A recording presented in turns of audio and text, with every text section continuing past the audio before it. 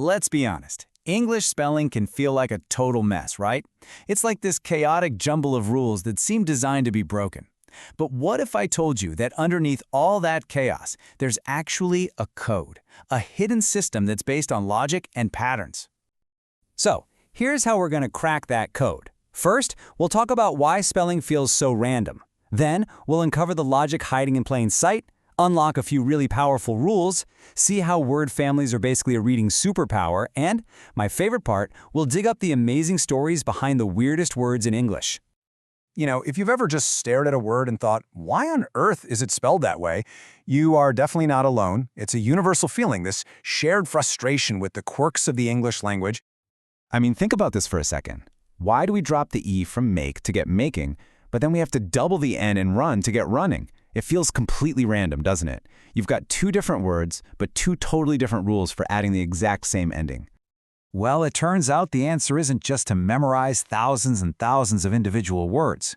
The real key, the secret that unlocks the whole thing, is realizing there's a hidden logic to it all, a kind of science of accuracy that actually explains these differences. And that's really the core idea here. Good spelling isn't just about being correct, it's about really understanding the language. As soon as you start to see the patterns, you stop guessing and you start thinking like a code breaker. And this goes way beyond just passing spelling tests. You know, when you understand these patterns, you naturally become a faster, more confident reader. Your pronunciation gets clearer, your writing gets stronger, and you can finally break free from just trying to memorize everything. Okay, so this is a really important distinction to make. Phonics is great. It helps you sound out a word. But spelling rules, they take you to the next level.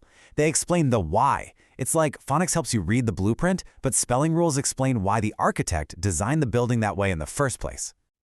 All right, let's dive into some of these tools. We're going to look at a few cheat codes that actually govern a massive number of English words. You're going to see what I mean. Let's break these down real quick. That silent E in hope, it's not just for decoration. Its job is to make the O say its name, creating that long vowel sound. And when we add ing to make, we drop the E so the vowels don't clash. Now, back to running, we double that N to protect the short sound. If we didn't, it would be spelled ruining, and we'd probably say it like ruining. See? Every rule has a purpose. It really is a system. Now, let's build on this idea of patterns with another super powerful tool, word families.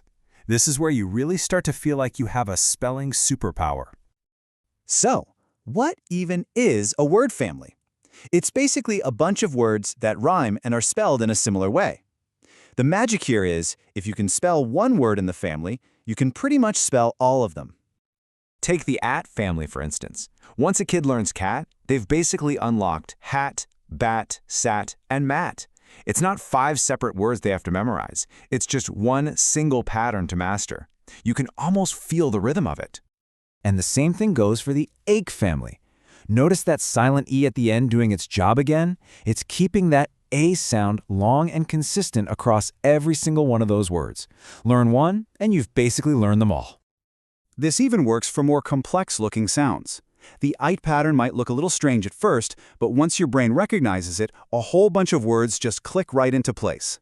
It's all about building that confidence by knowing what to expect. But what about the words that break all the rules? The rebels? This is where spelling gets really fascinating. Instead of seeing them as wrong, let's start thinking of them as cool exhibits in a museum of words.